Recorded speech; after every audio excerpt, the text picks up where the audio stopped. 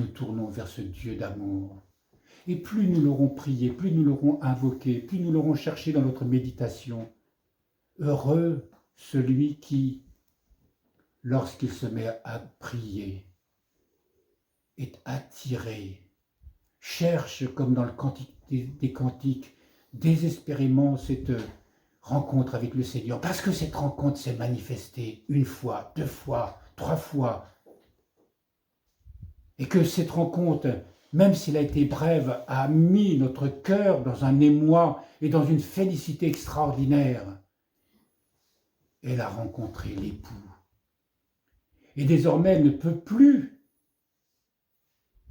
Elle est habitée par ce désir qui l'attend sans cesse à la recherche, à la rencontre. C'est pour ça que le Cantique des Cantiques a été est connu comme le livre, finalement, qui couronne l'Ancien et le Nouveau Testament.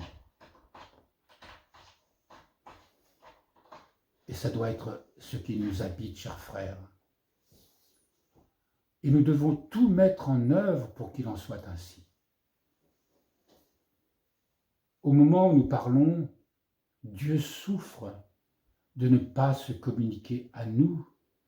Dieu souffre de ne pas pouvoir nous partager ses trésors. Dieu souffre dans son amour de ne pas pouvoir communiquer son amour. Et je continue cette prière. Fais que je sois un avec mes frères. Et parce que je vous parlais tout à l'heure de cette unité, au lieu de nous opposer les uns les autres à cause de notre moi, au lieu de juger quelqu'un qui est tombé et que nous condamnons, il nous sera demandé des comptes à ce sujet. Pourquoi n'as-tu pas relevé ton frère? Pourquoi n'as-tu pas aimé ton frère? Et il se trouvera que le péché de mon frère, à ce moment-là, qui lui, par ailleurs, a quand même été sauvé, eh bien, sera moins condamné que celui qui a refusé son aide. Fais que je sois un avec mes frères et que dans cette unité en toi, nous soyons un avec ta création et chacune de tes créatures. Que cet amour qui nous unit et qui a sa source en toi soit un fleuve pour les assoiffés, un baume pour les blessés. Vous savez, c'est tout ce qui suit là, c'est nous. C'est ce que nous sommes. C'est ce dont nous avons besoin.